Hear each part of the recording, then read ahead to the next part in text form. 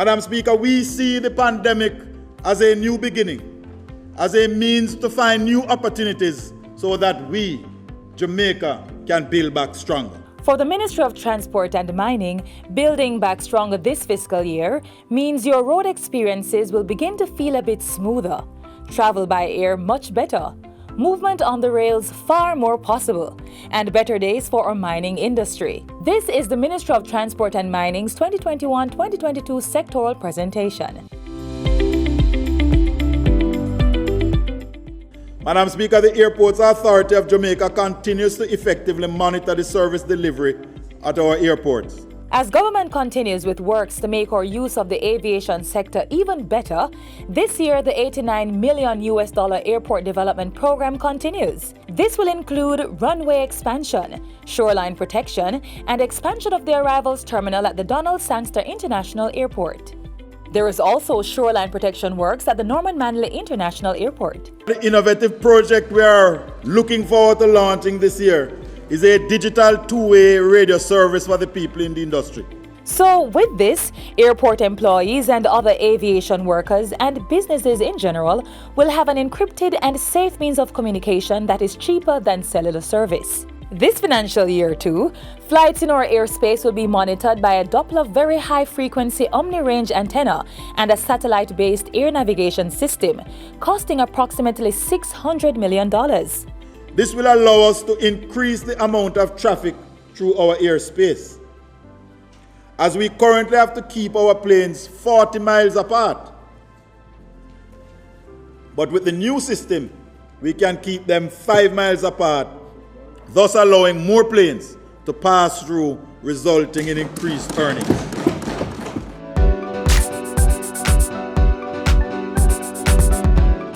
Our travel development plans continue with how government intends to meet the transportation needs on our roadways this year. The Toll Authority of Jamaica will continue works to improve the country's toll roads, starting with addressing concerns regarding the toll in Mami Bay, St. Anne. The end of that toll road in Mami Bay is of concern to many, as you end or begin a highway at a roundabout, and when you are exiting, you are coming downhill and do not have the right of way. We are in discussions with the NWA, the National Works Agency, to correct this, and a possible solution is far advanced. And if you choose to use the road via the JUTC or the Montego Bay Metro, then this year you may notice both companies introducing cost-saving measures, including diversifying the fuel type. This move is part of plans to counter the fallout resulting from the COVID-19 pandemic. We currently use diesel and CNG, and will be adding biodiesel and electricity soon. And the students will begin to enjoy riding on the Montego Bay Metro as government looks to revitalize the operations of its school bus service. I met with the board and the workers, and we are advanced in discussion with the Ministry of Education and the local schools to form partnerships to continue the service, increase the revenue. And if you'll be using other forms of public transportation, such as taxis, then this year look out for more organized routes in the rural areas. We are moving to classify routes so that the man who operates in the more rural parts of the country ought not to pay the same amount as the man in the middle of an urban center, who has a greater passenger uptake.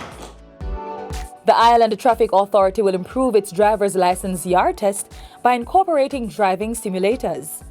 We are moving to acquire 4 driving simulators for phase 1 of providing simulators as a part of a yard test to ensure that people have control of the vehicle before going on the road.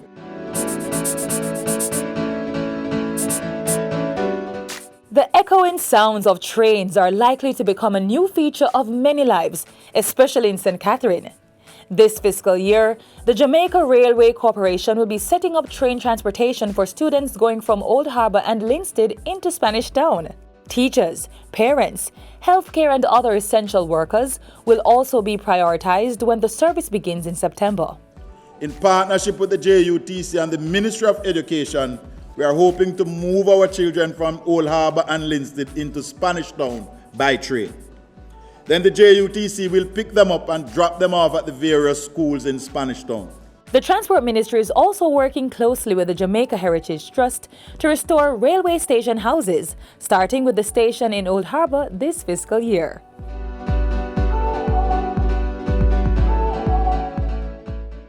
Our marine industry will also be seeing much developments this year, starting with the implementation of safety signs along some of our quays and beaches. Along with TPDCO, we have designed safety signs for 6 popular beaches, including Port Royal and the James Bond Beach. We must inform and guide our people when the beach is reopened, and the signs should be in place informing our people about safety on the seas.